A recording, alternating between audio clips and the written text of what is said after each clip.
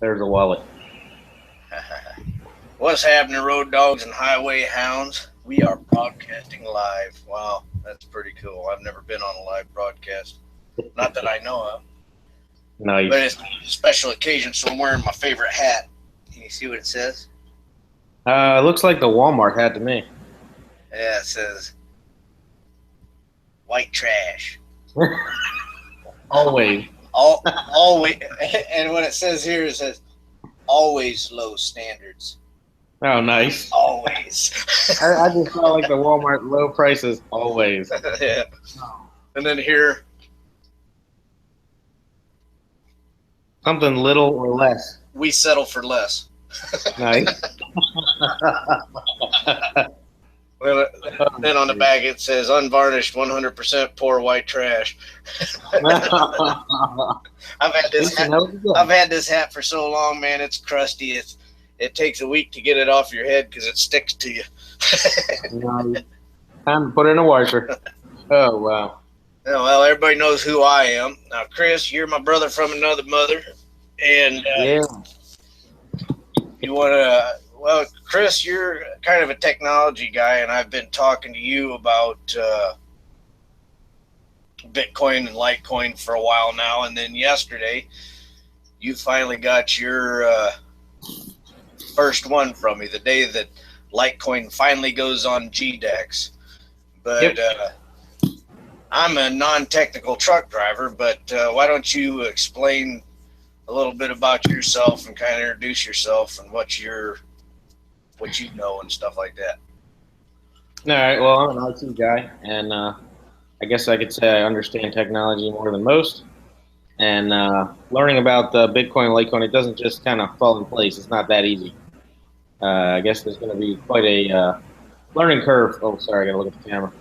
Well, quite a learning curve for people to learn it, I guess. And then I wrote down some questions based on that. So yeah, you got me to get the Loaf. What's it called? Loaf app? I forget what it's called. Wallet. Loaf wallet. For I have an iPhone.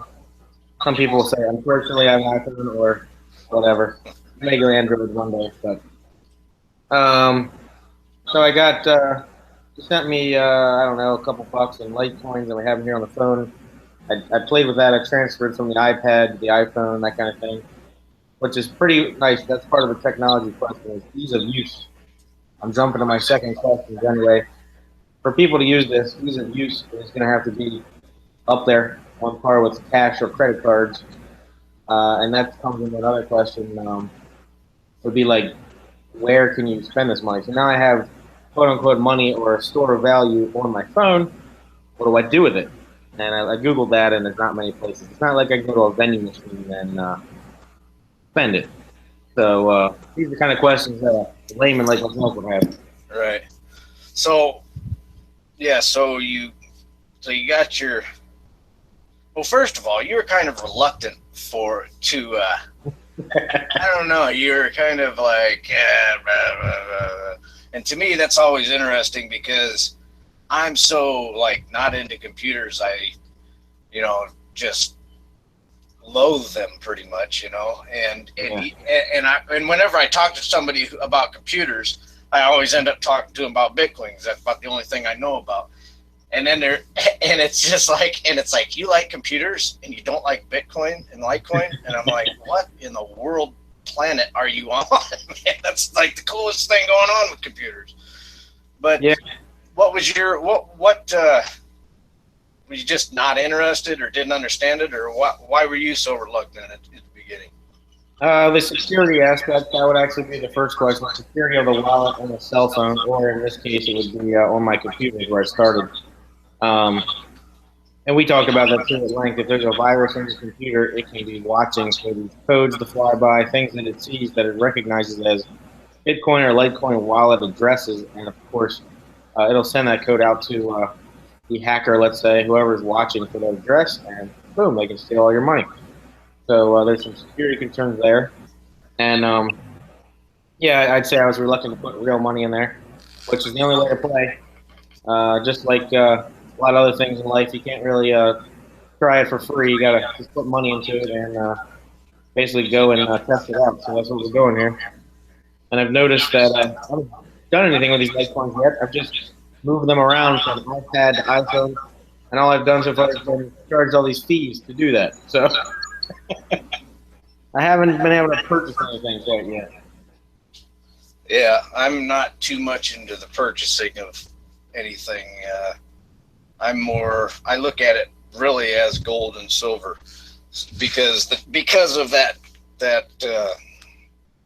the aspect that, there's really no place to spend it. But I think there are places like, but for me, it's not about spending it. I'm more excited about the fact that I have a place to store my money.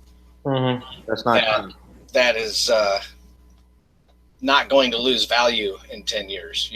I've got some place to put my money to where I'm not paying a bunch of hedge fund managers and mutual fund managers and all that, because, you got all these financial people in line to invest in the stock market, so you can hopefully keep up with the inflation rate. And it's just like the inflation seems like it's getting exponentially worse. And so for me, it's more of a store of value rather than a currency, although it can be used for that, but that's not the primary value that I see with it. You know what I'm saying? Yeah, I guess I see it as like another PayPal kind of thing, where it's a digital currency and it's ease of use. You have money in your bank or credit union, and you can't get at it easily. There's no app that I know of where I can spend my money directly, other than a Visa card, basically, to spend the money, debit card, whatever, get your money out of a bank or credit union. So in this case, if they had a vending machine that would basically have a little screen on it, and it would bring up the little barcode, you take a picture of that barcode with your phone. I can demonstrate that here. On the send screen, if I was going to send the vending machine $1 to buy a Coke, I go to the send screen, which I'm not sure if it's able to be seen there, but you press the amount, and it comes up with a camera, and it has a little bars around little squares where you can take a picture of that barcode. Once you do that, you tell it how much in Litecoin or the U.S. dollar amount. And if you put one in, it'll fill out the other one, figure it out like the exact exchange rate, and hit send. As soon as that vending machine gets your money, it can then vend you the product, the Coke or whatever you're buying. That's a pretty cool concept. I just have never seen a machine that does that before. But that's just one way to use the money. Yeah. Well, and then another thing, and I'm a buy and hold guy. I don't spend anything. Yep. If I'm going to spend it, I just leave it in the bank and I spend it. Yeah. But I'm like the little extra money that I get that I can save, I buy Litecoins with it. And that's my philosophy. But I do believe that Coinbase has a Visa card that can be linked to your Coinbase account. And so you can actually spend it, like dollars or whatever. And I think they keep track of your taxes like a first in, first out. Okay. So for a fee, they can do that transaction just like PayPal. Yeah, and I think the fees are pretty low, probably, compared to PayPal. But I'm not sure because I'm not worried about spending them. I'm worried about getting them. Yeah, exactly. So that leads into the other topic we talked about the the quality of the network, the not really the quality of the network, but the quality of the currency. The U.S. dollar is very stable. I'm getting some feedback here. I'm not sure if that's because my audio is too loud. I'll turn it down. So the price, people would freak out if they got into this big time, and there we go. The price of the Litecoins or the Bitcoins are moving more erratic in the stock market. Let's say that would be a problem. There we go. Yeah, the volatility is definitely an issue, and that's another reason why I'm not too concerned about spending it. But I've been watching it since 2013, and you'll have it going up and down, and that kind of, and that's kind of the reason why I don't spend it, is because I want to Buy and I hold don't like know. a stock. Huh? It's like buy and hold like a stock. You still own a certain number of coins, just the value can go up later. Yeah, and like some people say, it's not a very good currency because of the volatility, and then other people say that the volatility will subside over time. But I don't necessarily know if that's the truth either. Yep. And the other concern is it's not backed by anything like any fiat currency. It's not backed by gold or silver. It's just a digital currency. So that's also a concern as well. Well, I kind of like yeah, you brought that up a couple times. You said something that's not backed by gold or anything like that, which I don't have a problem with that personally because to me, the Bitcoin is the gold and the Litecoin is the silver.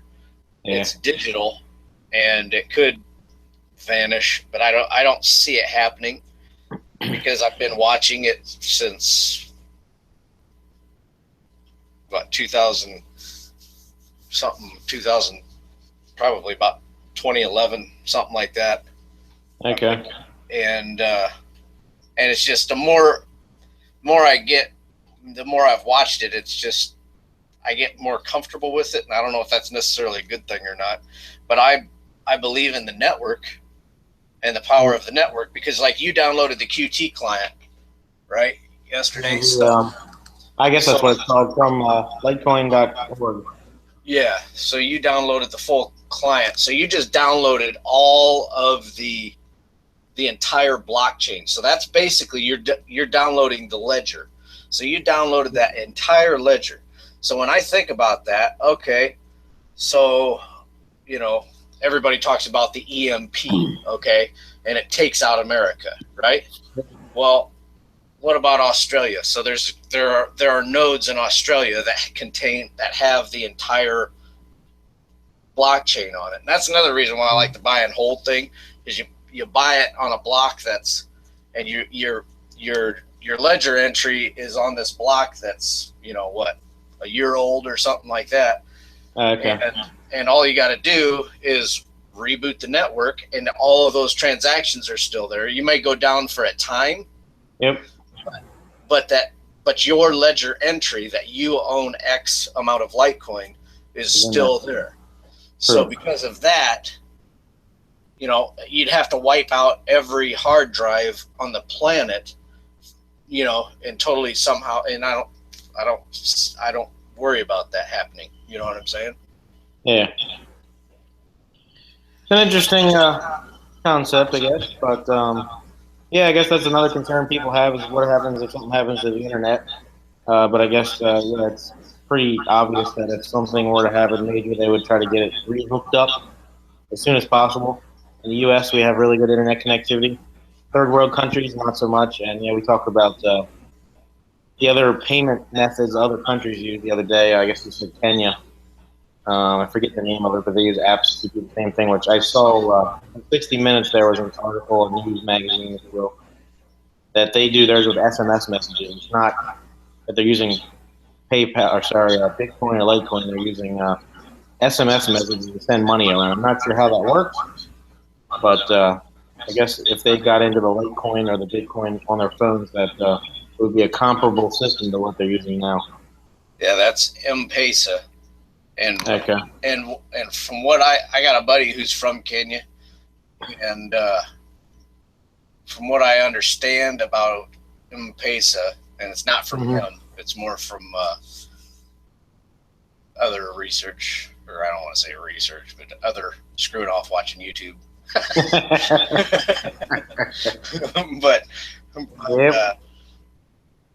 But what I gather that M-Pesa is they're trading minutes. So like, if you got a pay-as-you-go phone and you got 100 minutes, and it's like, hey, dude, give me, 2 chickens or whatever, and I'll give you 20 minutes. Okay. Like, okay, so that's what they're doing. But then that's M-Pesa or M-Pesa or however you say it, and then they've got BitPesa, which the Bitcoiners are going in there and trying to capitalize on that market. Okay, interesting. Yeah. So and I don't know how they do that stuff, but But anyway, so Yeah, I really only have the three questions written down so far: the security of the wallet on a phone or anywhere really, ease of use, and places to spend it. Or why have money if you can't spend it?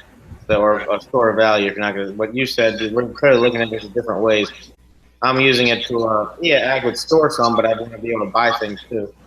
right. And using it as a store of value for the future, I guess. You either convert it back to the U.S. dollar to spend it, or maybe you're looking to spend it as a Litecoin or Bitcoin as well.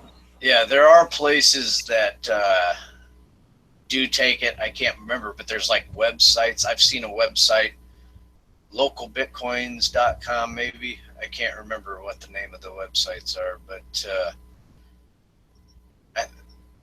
Google Bitcoin and where to spend it. If you Google that and check that out. Yeah, I did. I saw a couple links. Oh, so you did see that, and then it like has a flag. I mean, like Not many. in my area, I've got two. And that's what we got, like 300,000 people in the metropolitan area. So there's two places out of 250,000 people. And that's the problem. There's no place. Yeah, they got to start. It's got to catch more ground, I guess you say. More people got to use it before it's going to catch on. It's one of those things where the more people use it, the more people would spend with it, and just keep revolving door, if you will. And I guess one day maybe it'll be a common payment method. But until then, right now, I guess you have cash, charge, debit, and I don't know. Not so many options to pay in the U.S. if you go to a restaurant or store or whatnot. There's only so many ways to pay. Well, like something, I don't know where Bitcoin merchants, Google that. But there are places online that overstock.com. That was one of the first places that started taking that. And that guy's awesome. Do you know who Patrick Byrne is? Nope. He's the CEO of Overstock, and I mean, he was like Warren Buffett's, was like took him to school. You know what I mean? Like, yeah. Him and his dad were buddies, and Warren Buffett took this guy to school, and he's all about Bitcoin and Litecoin. And he's actually, I mean, dude, you're just scratching the surface of what this technology can do. And I mean, he's got this place T0 that he's talking about, and I mean, they were talking about Bank of China and all this kind of stuff, and working with T0. And I don't know if it's going to take off or not, but it's pretty mind-boggling what everybody's talking about. But I'm more practical than, they're talking about smart contracts and, this, that, and the other thing. And I'm just happy that I've got a currency that, I can trust, and it's outside of the dollar, and it doesn't have to be denominated in the dollar, and it's got a future. Mm-hmm. And so, I mean, I can wait 5-10 years until the technology comes online and stuff like that. But and the way I look at it, Bitcoin and Litecoin are the gold and silver of the cryptocurrency space, and all these other coins are doing, different things and special things, and who knows which one's going to succeed. But the way I look at it, if you stick with the gold and silver, and then coin X over here, does something that you want, then you just get out of the gold and silver and go to coin X, or if coin Y does something, then you get out of gold and silver and go there. But the Bitcoin and Litecoin are kind of the standard bearers. It's like beta versus VHS right now. But you have how many digital currencies do you know of? I think I saw a list. There's at least 20 of them that I saw on there. Oh, I think there's hundreds. I mean, people, and the thing that concerns me most with all of these altcoins is the way that they're released. Mm-hmm. Like Ethereum is hot right now, and I was talking up Ethereum to you. Yeah. for a while, and now I'm like Mr. Anti-Ethereum because I think they had a little problem. the reason for that is the way that it was released. Okay, so what they did was they took this coin, Ethereum, or this token, whatever you want to call it. I don't even like calling it a coin because it's a token. And time for drinks. But no, this Ethereum. Now, once I started digging into it a little more, doing research, but research. but and I got to thinking about it objectively, and trying not to be so, because everybody got gaga because the guy who created it was Vitalik Van Buterin or whatever. And he is this 19-year-old genius. I mean, you just look at the kid and you listen to him, and it's like, this kid knows what he's talking about. You know what I mean? Yeah. But the problem is he was a 19-year-old kid. Yep. You know? And this other guy, Joseph Lubin, who is a retired hedge fund manager from Wall Street, used to work for Goldman Sachs and all this stuff. He is like, they created this company. And I don't know. And so what they did was they created this coin, and they took 12% of the entire supply of this coin, and they gave it to the guys who made the coin. Okay. The rest went to the public. No. You would think. No, but then like about 60-70% of the rest of the supply went on a pre-sale. Okay. And I was watching on the pre-sale, and I was thinking about buying it, and I was looking into it, and that's probably about the time that we were talking. It's been out for about a year now. All right. Yep. And so I was reading up on it and all this kind of stuff, but it didn't have a defined amount. Like Bitcoin's going to have 21 million coins. Litecoin's going to have 84 million coins. But this so if they can do that, it could be a problem. Yeah, so they didn't have a defined amount, and they didn't give me any kind of math to figure out, okay, is this going to be worth it? How much should I pay for it? How many do I want? They said, here, buy, for, I think it was like one Bitcoin when they were like, it's $700 or $800. They said one Bitcoin will get you 2,000 Ether. Okay. And, sounds good, but it's still much less value. Yeah, well, so basically what happens is, so then 60%, so you got basically 75% of the supply is taken up from the pre-sale and the developers. And so there's like, and it's, I think it's like 90 million plus coins out there right now in existence. 90 million of them, and basically 15 million are what people are fighting over now that weren't available in the pre-sale and the that was given to the developers. So basically everybody's fighting over these 15 million while all these other people are holding the coins and waiting for the price to go up so they can dump them. Exactly. Just like IPO, basically.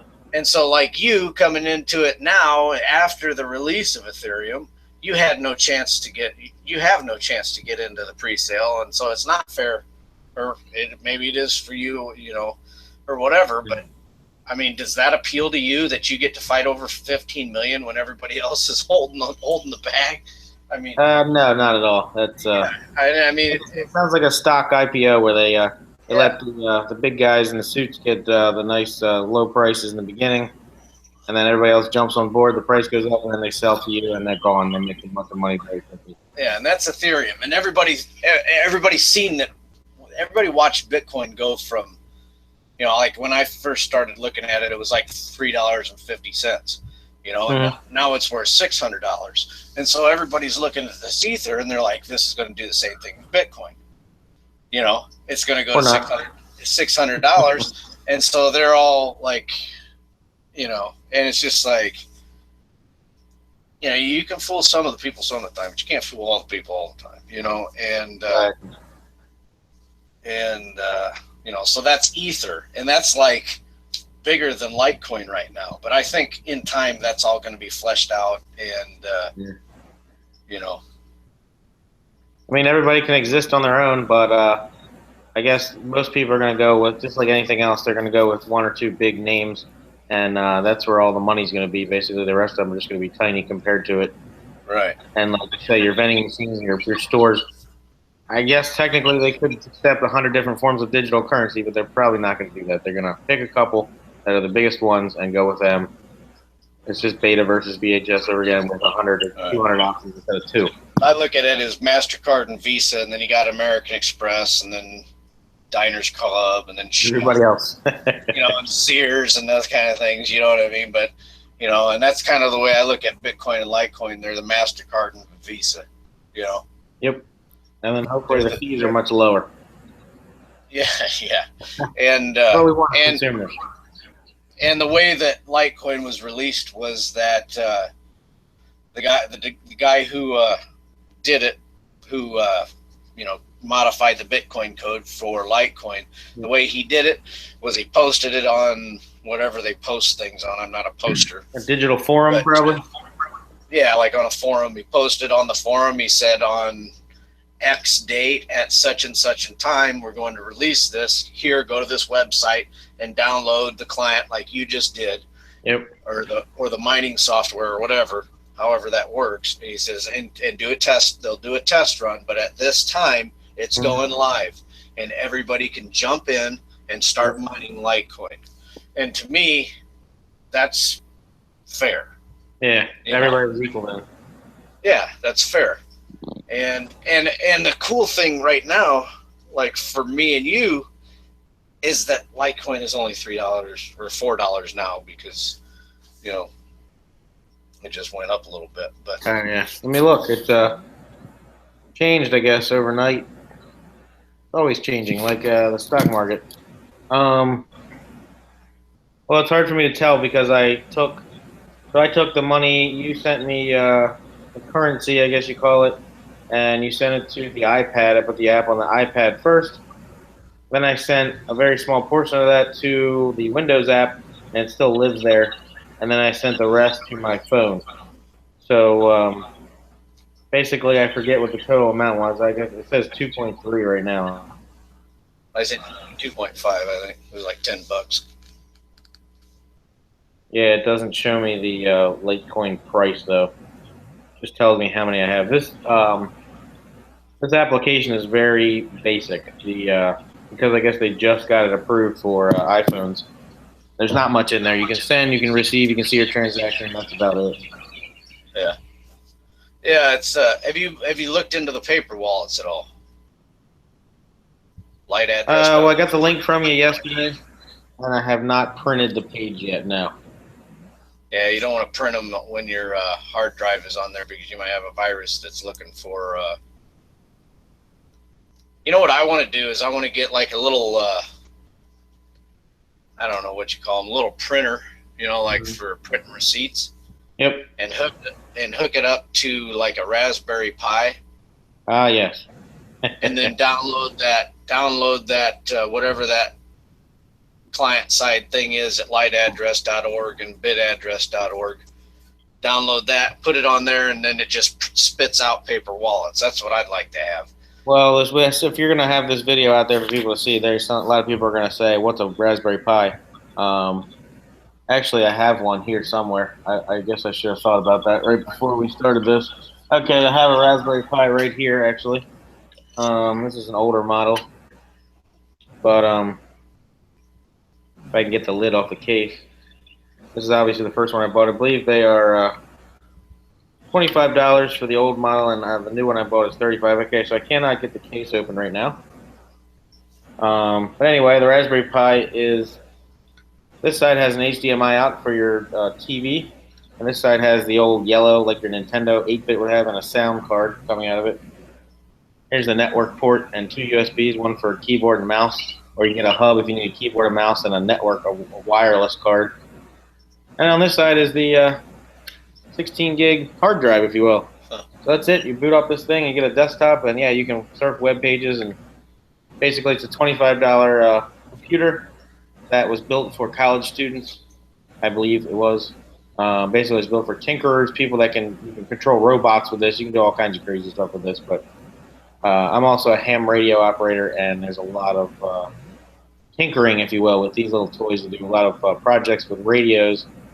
We're going way off topic here, but there's a D-Star network and a couple other ones where you take this Raspberry Pi in the car with you. It gets on the internet through your cell phone hotspot, and then you talk on the handheld radio with that setup. Basically, it jumps from RF radio signal into the Raspberry Pi, and the Raspberry Pi gets on the internet, and you link up around the world to talk with people. But anyway, like I said, that's way off topic.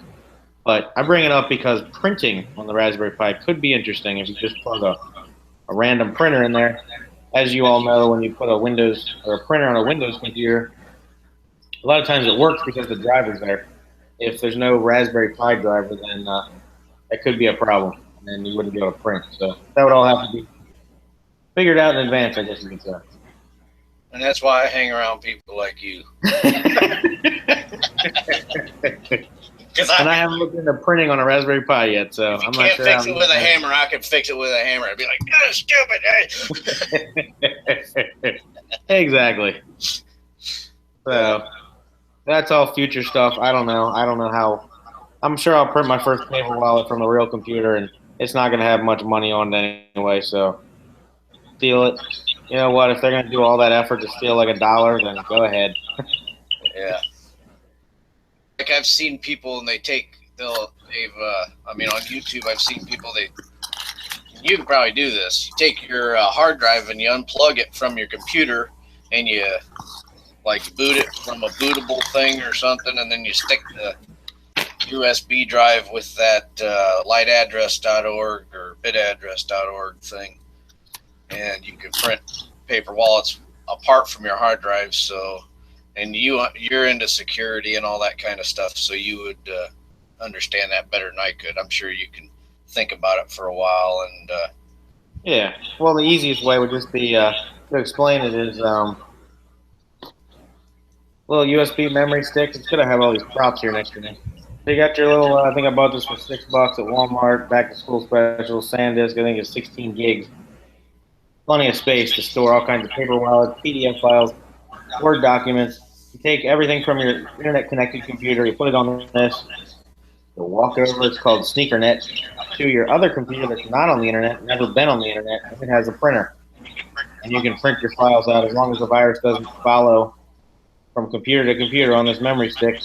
Then you should be relatively okay printing that on the second computer that's not connected to the internet. And you should feel that your wallet's a safe thing. Yeah. So there's also a way to do cold storage on them USB sticks, and I don't understand how that's done. You'd have, because I'm very all I gotta do is print out paper offline. I can kind of do that. I can do that, but the USB thing, yeah. There is a way to do cold storage on the USB stick. I just don't know how to do it, but I'm sure if you looked it up, you could find it, and with what you know. Yeah. Well, I haven't done it, but I'm assuming it's just like printing a PDF file. The wallet is just a piece of paper with 2 addresses on it, the spend address and the receive address. Is that what it's called, receive and spend? Yeah. Yeah, something. So you have 2 addresses. Private and public key. That's something I learned from you, is that, because I was all impressed with the cryptology, or whatever you call it, the encryption. Yeah, and you and I was explaining it to you, and you totally understood the private key and the public key, and I was like, really? You know about Bitcoin? But I guess that's something that wasn't and I had to think about it for a day, and then I was like, dude, it's the blockchain that is revolutionary, So I kind of learned that from talking to you. Yeah, as an IT guy, the public and the private key thing is always used when you set up a website that has SSL encryption. You have to go out and buy a certificate, and you basically create the private key on your side. You send that key to the company that's going to sign the certificate, and they're going to put their name on the line saying, yes, this is really this company. And then they send back the public key and that's what you're using. And you go to www.whateverwebsite.com, and it says it's secure with a little green checkbox or whatever, green lock, whatever they're using these days. They are basically saying that, yes, we validate this company. This website that you've made it to is the company you think it is. It's not an imposter. And basically that's where they get all this money, just for security keys, I guess you could say. It's all just a bunch of work that they do to verify that you are who you say you are. Is anyone watching live by chance? We got one dude down there. It says one viewer. I don't know who it is, but and I don't know how to figure it out either. My computer's sleeping. There we go. But that's what happens when you hang with me, buddy. It ain't low budget. It's no budget.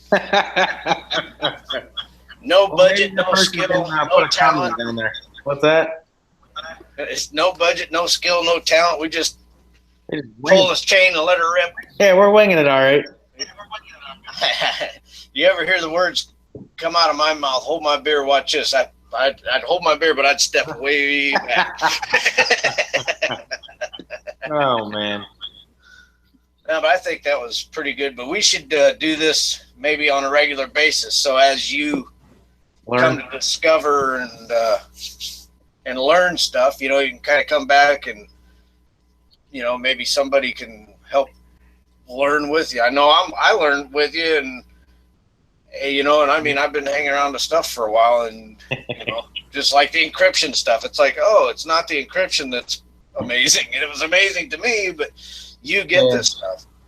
Yeah, that stuff's been around for quite some time, but yeah, now they added the blockchain to it, and value, that's a huge add-on as well. What's the point of all this if you all I care about? For value. I don't want to buy no coffee. I use my dollars for that until they figure out how to do it. You know what I mean? I just want something that's not a 401k. I don't want to pay the what do you call them? The financial advisor. I don't want to pay the mutual fund manager. I don't want to pay the stock fund. I don't want to pay the CEO. I don't want to pay all the freaking. I don't want to pay all of those people. I want my stuff. Give me my gold and silver, and give me my Bitcoin and Litecoin. I can secure it myself, and that's good. The downside with that is you're not investing it. That's the other problem. I guess in the future maybe they can find ways to invest Bitcoin and Litecoin. That would be interesting. But for now, you're just putting in $1 or a Litecoin or Bitcoin, and you're saving it. So you gotta do the whole investment thing to make it grow. Well, see, now I got a different view on investment. Because I think that we have in America, I think we have the mentality that we have to invest our money to make money, but that's only because we have a deflation or an inflationary currency. Mm-hmm. Because by design, the dollar loses value over time. So the only way to save your money is to put it at risk. True. And invest it in the stock market and basically print money for these people. You know what I'm saying? All these suckers, man, like the people over at Goldman Sachs and the Wall Street hedge fund managers, like the people who are behind this Ethereum thing. And I don't want that. I'm out of that. You know what I'm saying? So, and that's that. I'm anti-Ethereum, but Bitcoin and Litecoin, no, I don't have to invest it because it's a deflationary currency, and it's designed to increase in value over time. So I don't have to put it at risk. Okay, that's true. That to me is cool. So it's like there's a lot of things that are like you have to change the way you think about things, because it's a new world. Yep. And it's pretty awesome. There we go. I'm pretty excited. I'm glad you did that. So yesterday you got your first Litecoin. Yep, it only cost you $10. $10, yeah, since $10 from Brooklyn, Iowa. How many people know there's a Brooklyn, Iowa? I was at the truck stop at the TA. I was getting ready to go to bed. You called. I was like, dude, I have some Litecoins on a hot wallet. I got to send you some. You're like, okay. And now you got it, and you're like, man, this is pretty cool. And I was like, yep. Yep, it is pretty cool, ain't it? Well, that's where I was. Yeah, I forgot to say this. Like I said, a family member gave me some pieces recently, and I wanted to pay her. And it's not that easy if you can't get cash to them. What do you want to do? Drive it over there, whatever. She lives an hour away. If I had an app, I have the app, I should say, the Loaf wallet on the iPhone, and she has a phone. Everybody's got a freaking cell phone these days. And if my aunt had that application on her phone, I could say what's the number or request pay, or she can request payment. There's many options in here, and if you know the Litecoin address or the Bitcoin address for the wallet, much money over, and boom, within seconds they have it. And it's a very minuscule fee. I guess the fee was probably in the pennies, a couple cents worth, and you're done. Of course, the problem with that is getting your average people, average American to pay attention to this kind of currency, use it is the first issue. And then when they get it, like I did, what do I do with it now? I own, I got money sitting in PayPal. I got money sitting in Litecoin. I got money sitting in my credit union account, and bank, whatever. There's all these different pools of currency sitting everywhere.